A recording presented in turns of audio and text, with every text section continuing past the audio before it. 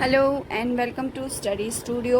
आज का हमारा टॉपिक जीन पियाजे है, जो कि सीटेट में तो इम्पॉर्टेंट है ही, एज वेल एज आपके बीएड के लिए भी इम्पॉर्टेंट है।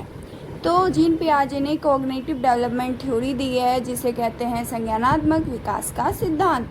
जीन पियाजे कौन थे? ये स्विट्ज़रलैंड के मनोवैज्ञानिक थे। इन्होंने बच्चों के संज्ञानात्मक पक्ष का अध्ययन किया है और इन्होंने अपने प्रयोग अपने ही बच्चों पे किए हैं। संज्ञानात्मक विकास के सिद्धांत के अंतर्गत जीन पियाजे कहते हैं बच्चे नन्हे वैज्ञानिक हैं, वो सक्रिय रहकर ज्ञान का निर्माण करते हैं, खुद से प्रयोग करते हैं और अपने ज्ञान का निर्माण करते हैं। संज्ञानात्मक विकास के सिद्धांत की 4 अवस्थाएं बताई हैं जीन पियाजे ने। इंद्रिय जनित गामक अवस्था, संवेदी पेशीय अवस्था जिसे कहते हैं, जो 0 से 2 वर्ष होता है। पूर्ण संक्रियात्मक अवस्था या पूर्व संक्रियात्मक अवस्था 7 वर्ष है। मूर्त संक्रियात्मक अवस्था जो 7 से 11 वर्ष है और अमूर्त संक्रियात्मक अवस्था 11 से 18 वर्ष। तो जो इसकी पहली अवस्था है इंद्रिय जनित गामक अवस्था, जो 0 से 2 वर्ष होती है। बच्चा अपनी ज्ञानेंद्रियों के माध्यम से सीखता है, आँखों से देखना, नाक से सूंघना, हाथों को चलाना, ठीक है, किसी चीज़ को पकड़ लेना, ये होती है।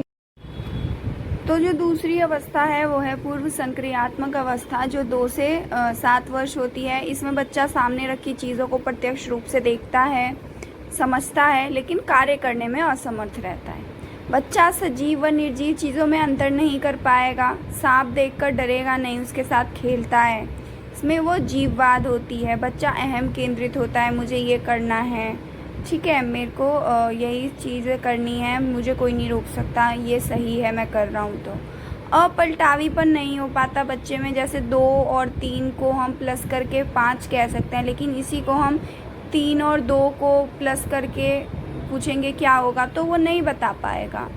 ठीक है, एक समय में एक ही कार्य कर पाता है और किसी वस्तु में रखे सामान में अंतर नहीं कर पाता। जैसे ग्लास का पानी आप अगर किसी बकेट में डाल दो तो वो अंतर नहीं कर पाएगा कि कैसे ये कम और ज़्यादा हो रहा है।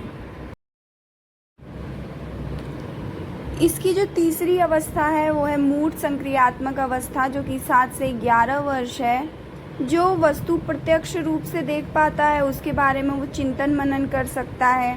जैसे पेन से लिखते हैं, ठीक है, इस तरीके से आम को खाते हैं, आम कितने प्रकार के होते हैं, अलग अलग होते हैं, इस तरीके से।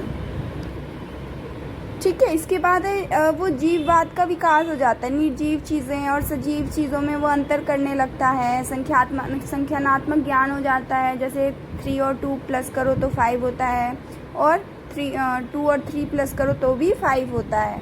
ठीक है, इसके अलावा उसके अंदर हाइपोथेटिकल थिंकिंग का विकास होता है। ठीक है, कि फूड हमारे लिए क्यों इम्पॉर्टेंट है, क्योंकि उससे हमें एनर्जी मिलेगी और हम कार्य कर सकते हैं कोई भी। ठीक है, इसके बाद आता है 4th अमूर्त संक्रियात्मक अवस्था, जो 11 से 18 वर्ष होती है। बच्चा अमूर्त चिंतन करने लगता है, जो नहीं है उसके सामने, वो भी क्रिटिकल थिंकिंग का विकास होता है उसके अंदर। इसके अलावा उसके अंदर आलोचनात्मक मूल्यांकन का विकास होता है। नियमों के अलावा भी खुद का तर्क वितर्क करके सीखता है। ये सारी चीज़ों का विकास हो जाता है इस स्टेज तक आते आते।